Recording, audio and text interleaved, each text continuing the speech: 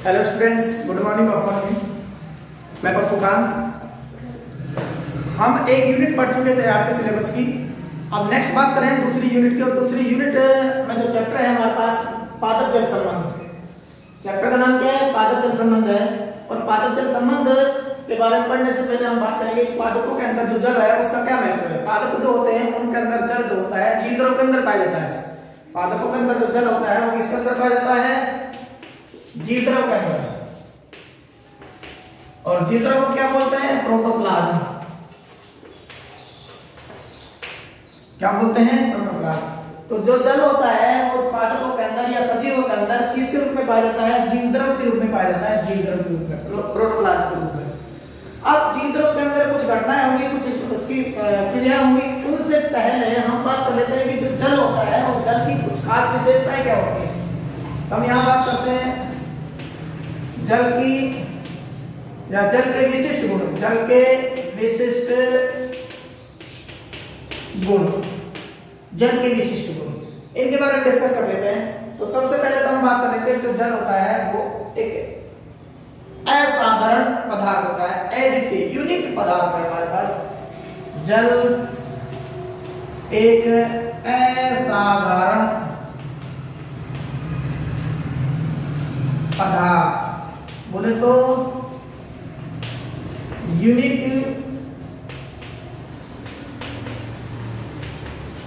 Substances है, असाधारण पदार्थ है।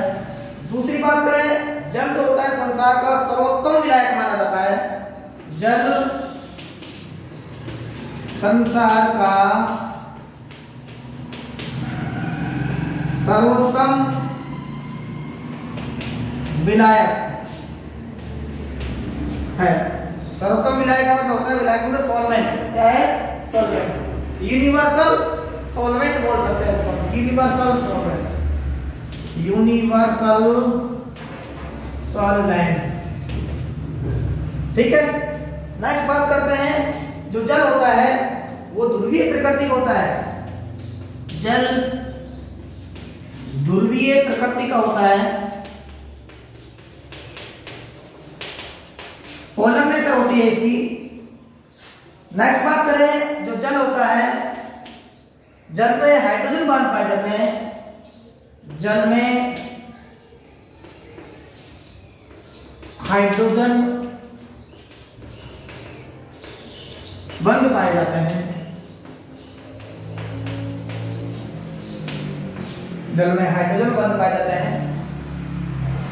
नेक्स्ट बात करें, जल के सहसंजक एवं आसंजक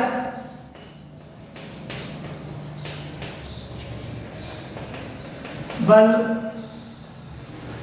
उच्च होते हैं, हाई होते हैं। जल के जो सहसंजक बल होता है कोहेसिव, और आसंजक बल होता है एडहेसिव फोर्स। कैसे होते हैं ये? हाई होते हैं, कुछ होते हैं। नेक्स्ट बात करें, इसकी जो पीएच होती है वो क्या होती है? 7 होती है। जल की पीएच जो कहती होती है 7 होती है।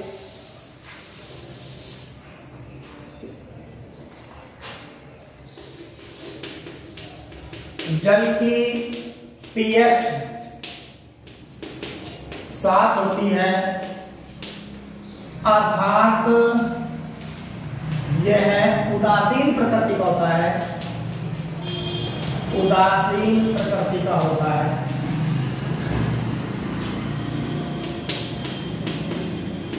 उदासीन प्रकृति का होता है।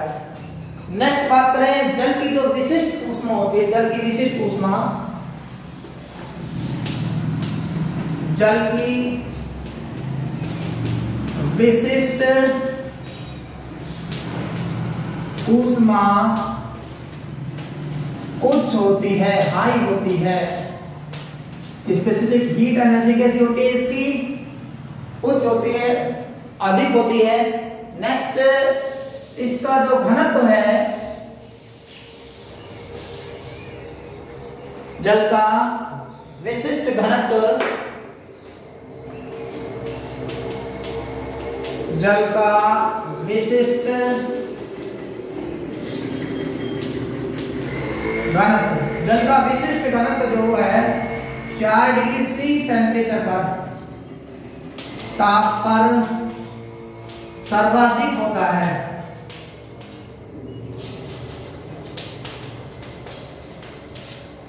कितने टेम्परेचर पर सर्वाधिक होता है? 4 डिग्री सी टेम्परेचर पर सर्वाधिक होता है।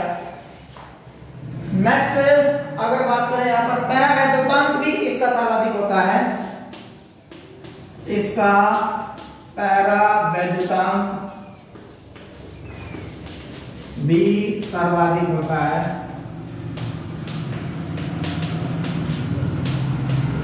सर्वाधिक होता है पैरावैद्युतांक भी। और नेक्स्ट अगर हम बात करें तो एक और प्रॉपर्टी है इसकी कि जो जल होता है वो पदार्थ की तीनों अवस्थाओं में पाया जाता है। पदार्थ की तीनों अवस्था में पाया जाता है। जल पदार्थ की तीनों अवस्थाओं में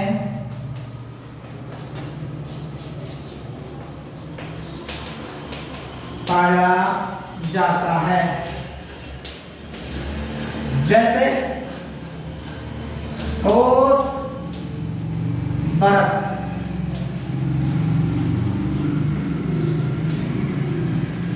द्रव, पानी, और अगर बात करें यहां पर गैस तो जल वाष्प, इसके रूप में पाया जाता है ये। तो हमने क्या देखा कि पादप जल संबंध से पहले हमने जल के विशिष्ट लक्षण देखे हैं। जल के विशिष्ट लक्षणों के अंदर हमने देखा कि जल जो होता है असाधारण यूनिक सबस्टेंसेज है। जल संसार का सर्वोत्तम विलायक माना जाता है। यूनिवर्सल सॉल्वेंट कह सकते हैं इसको। जल जो होता है वो ध्रुवीय प्रकृति का होता है। जल के अंदर हाइड्रोजन बॉन्ड पाए जाते हैं। जल का सहसंजक बल और आसंजक बल होते हैं वो उच्च होते हैं। जल की विशिष्ट ऊष्मा होती है वो भी कैसी होती है? हाई होती है। जो जल होता है उसके बारे में बात करें तो यहाँ पर उसका विशिष्ट जो घनत्व होता है, विशिष्ट घनत्व होता है वो कितने डिग्री टेम्परेचर पर सर्वाधिक होता है? 4 डिग्री टेम्परेचर पर सर्वाधिक होता है। इसका पैरावैद्युतांक भी क्या होता है? सर्वाधिक होता है। जल जो होता है पदार्थ की तीनों अवस्थाओं में पाया जाता है। ठोस, द्रव और गैस। जैसे ठोस बर्फ के रूप में, द्रव पानी के रूप में और गैस जल वाष्प के रूप में पाया जाता है। तो इस प्रकार हम पादप जल संबंध से पहले जल के बारे में डिस्कस कर रहे थे। जल के विशिष्ट गुणों के बाद में अब हम बात करते हैं जीव द्रव में होने वाली प्रमुख घटनाएं। जीव द्रव में होने वाली प्रमुख घटनाएं। जीव द्रव में होने वाली प्रमुख घटनाएं। जीव द्रव में होने वाली प्रमुख घटनाएं। तो यहां पर हम बात करेंगे नंबर 1 विसरण। इसकी बात करेंगे विसरण की। और नंबर 2 बात करेंगे हम पारगम्यता। पारगम्यता। नंबर 3 बात करेंगे परासरण। नंबर 4 बात करेंगे हम परासरण के बाद में जीव द्रव कुंचन।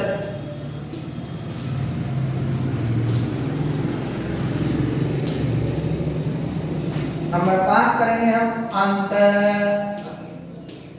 शोषण। अंत शोषण। परासरण को बोलते हैं डिफ्यूजन इंग्लिश के अंदर DIFFUSION। इसको पार्टिकल को बोलते हैं परमिएबिलिटी।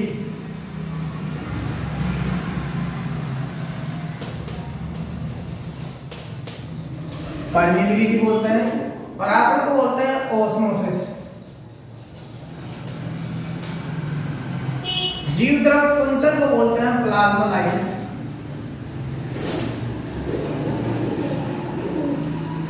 प्लाज्मोलाइसिस। और अंत शोषण को बोलते हैं इम्बाइबेशन।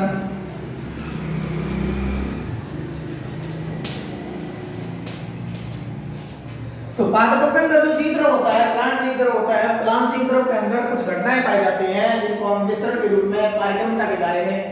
या परासरण के रूप में, जीव द्रव कुंचन के रूप में, अंत्य शोषण के बारे में या इसके रूप में हम स्टडी करेंगे। तो 1 बाय 1 हम डिस्कस करेंगे। सबसे पहले हम बात करेंगे विसरण के बारे में। किसके बारे में बात करेंगे? विसरण की बात करेंगे।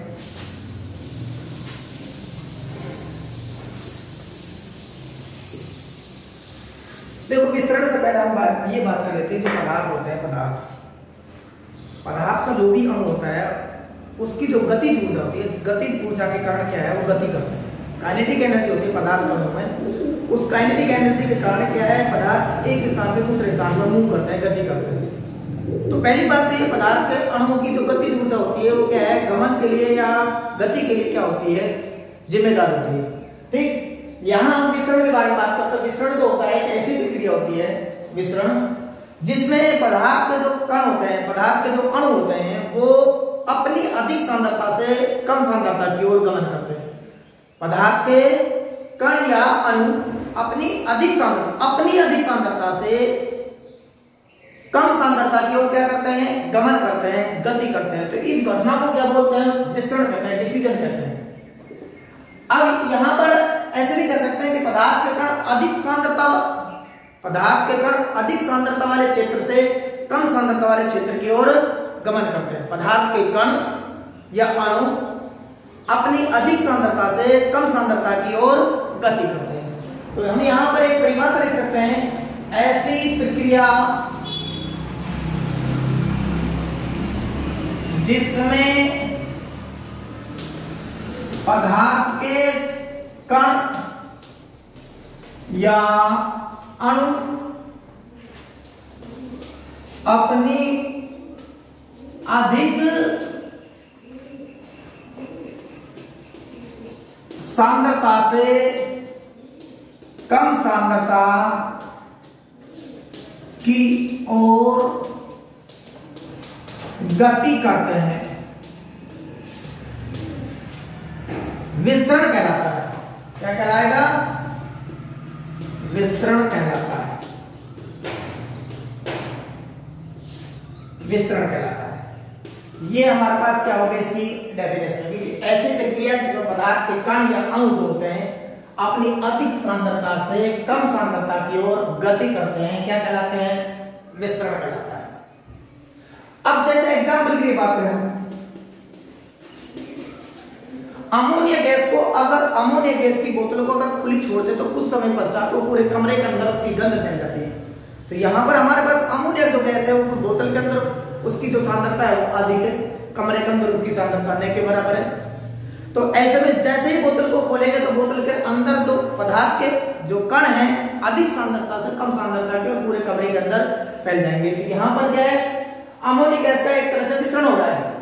दूसरी बात करें, जैसे हमारे पास कॉपर सल्फेट के क्रिस्टल है, कॉपर सल्फेट के क्रिस्टल है, और उनको पानी में डाला जाए तो कुछ समय पश्चात पूरा पानी क्या है, नीला हो जाएगा।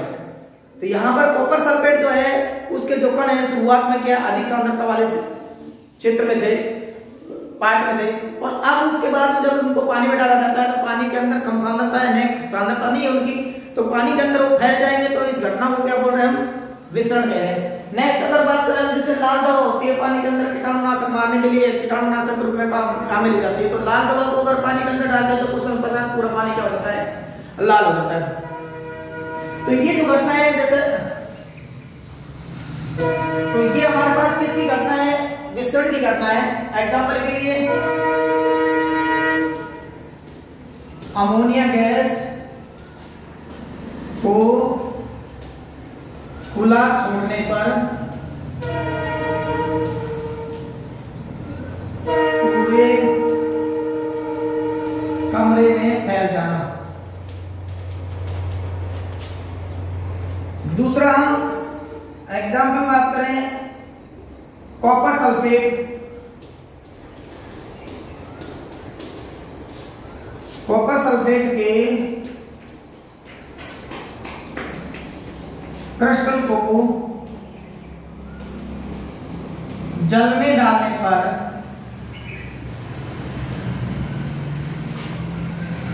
पूरा जल नीला हो जाता है। पूरा जल कैसा हो जाता है, नीला हो जाता है। इत्र की या सेंट की जो सीसी होती है, इत्र की गंध का फैलना। इत्र की शीशी को जब हम खोलते हैं तो पूरी जो इत्र की जो इत्र या गंध, इत्र की जो गंध होती है वो पूरे कमरे में फैल जाती है। तो ये भी क्या हमारे पास क्या है, मिश्रण की एक बात करते हैं हम एग्जाम्पल है। अब ये जो हमारे पास मिश्रण जो है, इसमें पदार्थ के जो अणु है अधिक सांद्रता से कम सांद्रता की ओर गमन कर रहे हैं। लेकिन हम एक बात और देखते हैं, जब पदार्थ के कण, एक बहुत इंपॉर्टेंट टर्म्स आते हैं स्वतंत्र मिश्रण के बारे में बात करते हैं। किसके बारे में बात करते हैं, स्वतंत्र मिश्रण। तो स्वतंत्र मिश्रण प्रक्रिया क्या है ये थोड़ा देखते हैं।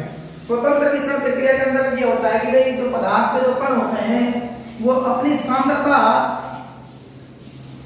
पर ही निर्भर करते हैं, अन्य पदार्थों की सांद्रता पर निर्भर नहीं करते। स्वतंत्र मिश्रण,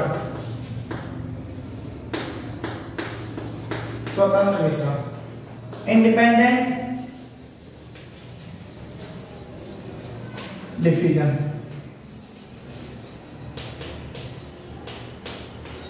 इंडिपेंडेंट डिफ्यूजन, ये जो टर्म्स होते हैं इसमें क्या होता है, पदार्थ के जो कण होते हैं अपनी सांद्रता पर ही निर्भर करते हैं। जब विसरण क्रिया पदार्थ के स्वयं के कणों की सांद्रता पर निर्भर करे, हम ये कह सकते हैं जब विसरण क्रिया पदार्थ के या पदार्थ की स्वयं की सांद्रता पर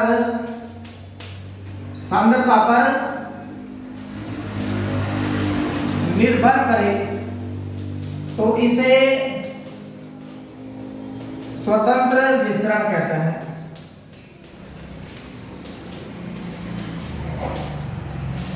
मतलब अन्य पदार्थों की उपस्थिति से इसका कोई प्रभाव नहीं पड़ता।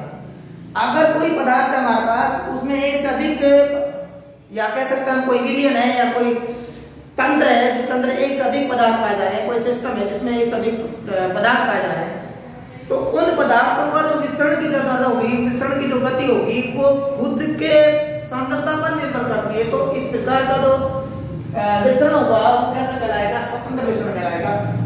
यानी कि अन्य पदार्थ की उपस्थिति से उस पर कोई प्रभाव नहीं पड़ेगा। ठीक, अब कुछ अपवाद, कुछ जैसे हम एग्जांपल देते हैं, O2 का विसरण है, CO2 का विसरण है, O2 का विसरण है, CO2 का विसरण है, जल वाष्प का विसरण है। ये निर्भर करता है अन्य पदार्थों पर। O2 का विसरण किस पर निर्भर करेगा, CO2 की सांद्रता पर। CO2 का विसरण किस पर निर्भर करेगा, O2 की सांद्रता पर। जल वाष्प का विसरण किस पर निर्भर करेगा, वायुमंडल में आर्द्रता पर। अगर वायुमंडल में आर्द्रता अधिक है तो जल वाष्प का विसरण जो होगा वो कम होगा। ठीक है ना। तो यहां पर हम एक इंपॉर्टेंट नोट डालते हैं, O2, CO2 एवं जल वाष्प का विसरण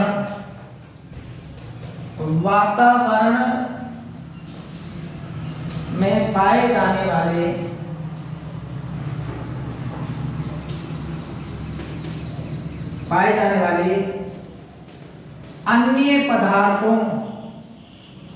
अन्य पदार्थों पर निर्भर करता है।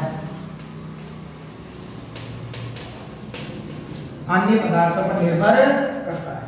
यहां पर ये इंपॉर्टेंट नोट है कि O2 है, CO2 है, जल वाष्प है, इसका जो विसरण होता है वातावरण में पाए जाने वाले अन्य पदार्थों की उपस्थिति पर निर्भर करता है। अगर ये अन्य पदार्थ उपस्थित होते हैं तो O2, CO2 और जल वाष्प की विसरण की जो दर होती है वो प्रभावित होती है। ठीक है। नेक्स्ट हम बात करेंगे आगे चलकर विसरण को प्रभावित करने वाले कारक। विसरण को प्रभावित करने वाले कारक, तो इसके लिए हम बात करेंगे 1 by 1।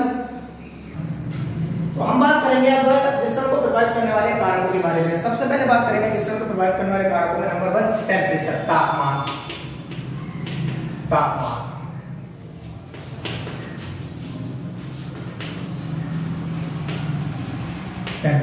टेम्परेचर कैसे विसरण को प्रभावित करता है। देखो तापमान बढ़ाने पर विसरण की दर क्या होती है? बढ़ती है। तापमान बढ़ाने पर क्या है? पदार्थ के विसरण की जो दर होती है वो कैसी होती है? बढ़ती है। क्यों बढ़ती है? क्योंकि तापमान बढ़ाने पर पदार्थ के जो अणु है, पदार्थ के जो कण या अणु है, उनकी गतिज ऊर्जा बढ़ती है। क्या होती है? गतिज ऊर्जा बढ़ती है। तापमान बढ़ाने पर अणुओं की गतिज ऊर्जा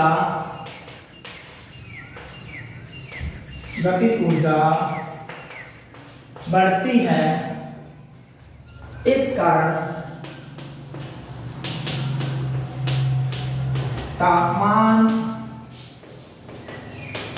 बढ़ाने पर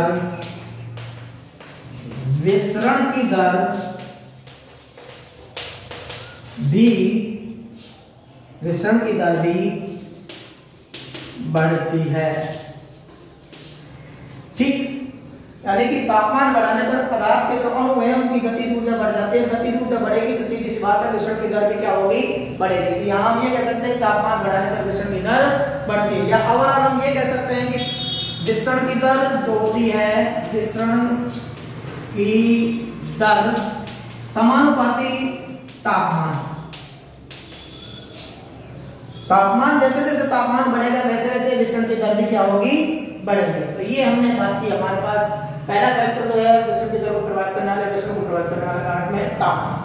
दूसरा हम बात करते हैं विसरणकारी जो पदार्थ होता है उसका घनत्व। विसरणकारी पदार्थ का घनत्व। तो विसरणकारी पदार्थ का जो घनत्व होता है वो भी क्या है? विसरण की दर को प्रभावित करता है। यहाँ पर हम बात करेंगे विसरणकारी पदार्थ के घनत्व के बारे में। तो एक वैज्ञानिक हुआ है ग्राम है। क्या हुआ है? ग्राम। हम दूसरी बात कर रहे थे, दूसरा पॉइंट है विसरणकारी पदार्थ का घनत्व। जो पदार्थ विसरित हो रहा है उस पदार्थ का जो घनत्व होता है वो भी क्या करता है? विसरण की दर को प्रभावित करता है। ग्राम ये कहता है, ग्राम एक वैज्ञानिक है, ग्राम क्या कहता है? ये कहता है कि जो विसरण की दर होती है, विसरण की जो दर होती है, विसरणकारी पदार्थ के जो घनत्व होता है, विसरणकारी पदार्थ का जो घनत्व होता है उसका वर्गमूल के व्युत्क्रमानुपात होती है। वर्गमूल के क्या होती है? व्युत्क्रमानुपात। यानी कि हम ये कह सकते हैं यहां पर विसरण की दर व्युत्क्रमानुपाती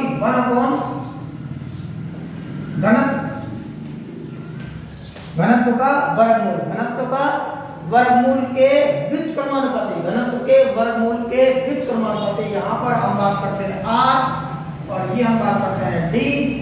तो यहाँ हमारे पास R जो व्युत्क्रमानुपाती होती है घनत्व के वर्गमूल के व्युत्क्रमानुपाती होती है। या हम ये कह सकते हैं घनत्व का मान बढ़ेगा तो विसरण की दर क्या होगी? कम होगी। अगर घनत्व का मान कम होगा तो विसरण की दर क्या होगी? बढ़ेगी। व्युत्क्रमानुपाती, इनवर्स प्रोपोर्शनल क्या कह सकते हैं। अर्थात विसरणकारी पदार्थ के घनत्व में वृद्धि होने से विसरण की दर घटती है। विसरण की दर घटती है।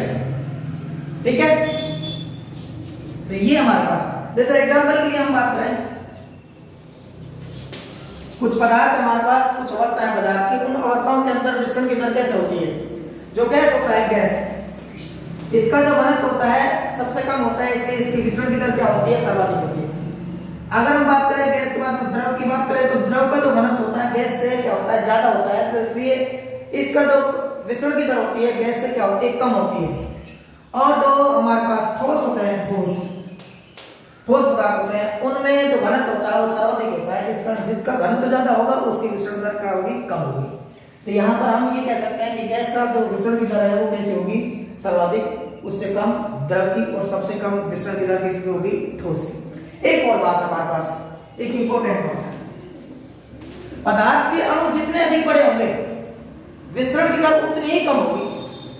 पदार्थ के अणु जितने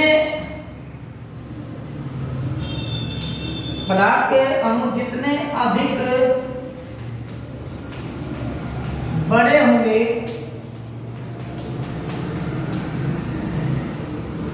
उतनी ही विसरण की दर कम होगी। उतनी विसरण की दर क्या होगी? कम होगी।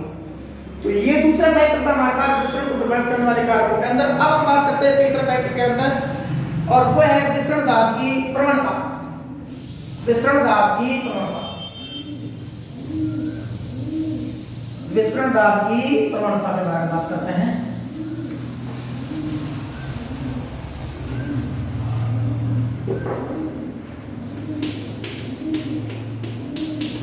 विसरण दाब की प्रवणता तीसरा फैक्टर, यानी कि हम ये कह सकते हैं diffusion gradient, diffusion pressure gradient.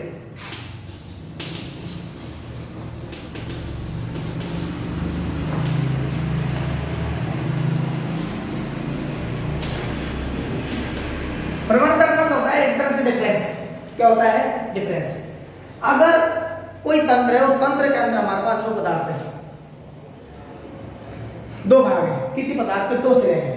किसी सिस्टम के अंदर क्या है? कोई सिस्टम है, ये हमारे पास कोई सिस्टम है, यहां पर पदार्थ है और यहां पर पदार्थ है। यहां पर अधिक सांद्रता है और यहां पर क्या है? कम सांद्रता। ठीक। अब यहां अधिक सांद्रता यानी कि इसका ग्रेडियंट क्या है? अधिक, और इसका क्या है? ग्रेडियंट कम। तो दो सिरों, ये दो सिरे हैं हमारे पास, दो सिरे, इनके मध्य में जितना डिफरेंस होगा उतनी ही विसरण की दर अधिक होगी।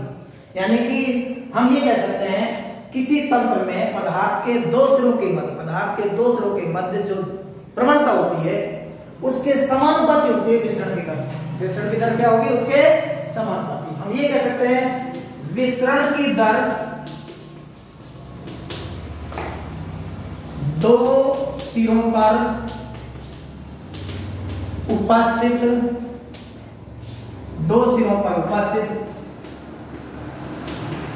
पदार्थों की प्रवणता के समानुपाती है।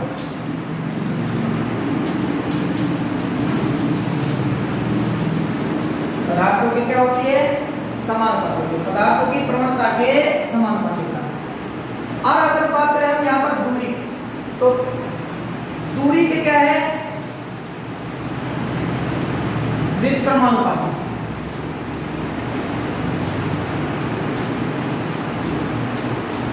देखो, दो सिरों पे पर उपस्थित जो प्रवणता है, पदार्थ की प्रवणता डिफरेंस है, उसके तो क्या है? समानुपाती। तो यहां हम ये कह सकते हैं प्रवणता समानुपाती विसरण की दर। यहां हम कह सकते हैं विसरण की दर जो होती है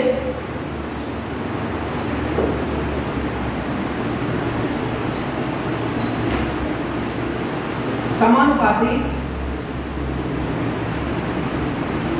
प्रवणता। क्या है?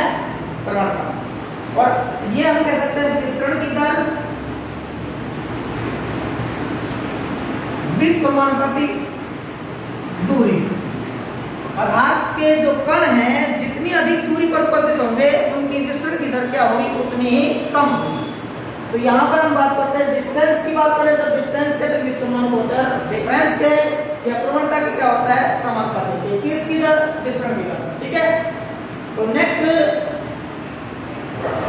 नेक्स्ट हम बात करेंगे विसरण का महत्व। विसरण का महत्व बात करते हैं हम नंबर 1। विसरण का महत्व में नंबर 1 है प्रकाश संश्लेषण के दौरान जो गैसों का आदान प्रदान होता है, गैसों का विनिमय होता है, वो किस क्रिया द्वारा होता है? विसरण द्वारा। प्रकाश संश्लेषण के दौरान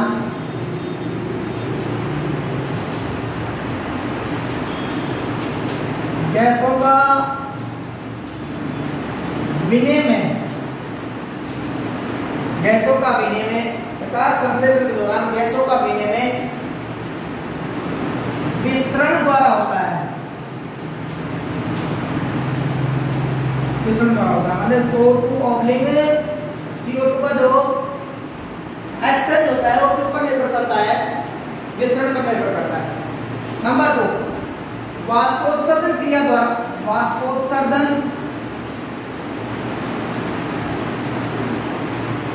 क्रिया के दौरान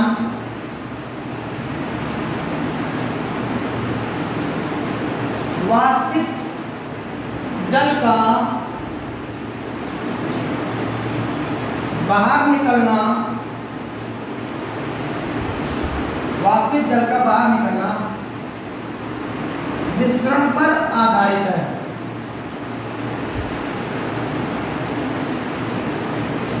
विसरण पर आधारित है। नेक्स्ट हम बात करते हैं यहाँ पर जो खनिज लवण होते हैं। क्या होते हैं? खनिज लवण। खनिज लवण एवं जल का निष्क्रिय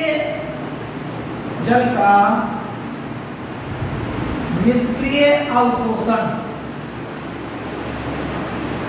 जल का निष्क्रिय अवशोषण विसरण पर आधारित होता है।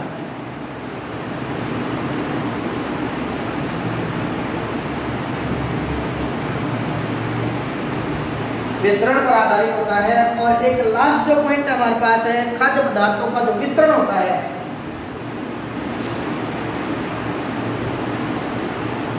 खाद्य पदार्थों का वितरण, डिस्ट्रीब्यूशन भी विसरण पर निर्भर करता है। विसरण पर निर्भर। तो विसरण का महत्व हमारे पास 4 पॉइंट्स में: प्रकाश संश्लेषण के दौरान गैसों का विनिमय, वाष्पोत्सर्जन क्रिया के दौरान वाष्पित जल का वायुमंडल में निकलना, और खनिज लवण और जल का निष्क्रिय अवशोषण, और खाद्य पदार्थों का वितरण। ये जो है प्रक्रिया हमारे पास किस पर निर्भर है? ये विसरण पर निर्भर है। पादपों के अंदर विसरण का इस प्रकार ये महत्व है। एक लास्ट एक क्वेश्चन डाल रहा हूं मैं आपको, जिसको कमेंट बॉक्स में आप उत्तर लिखेंगे उसके। और वो क्वेश्चन ये है,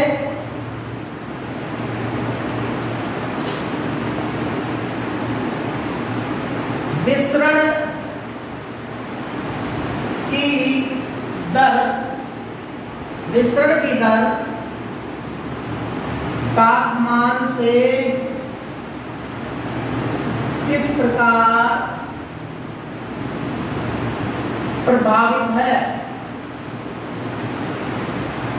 विसरण की दर तापमान से किस प्रकार प्रभावित है, यानी कि किस प्रकार तापमान विसरण की दर को प्रभावित करता है? इस क्वेश्चन का उत्तर आप कमेंट बॉक्स में लिखिएगा। ठीक है भाई।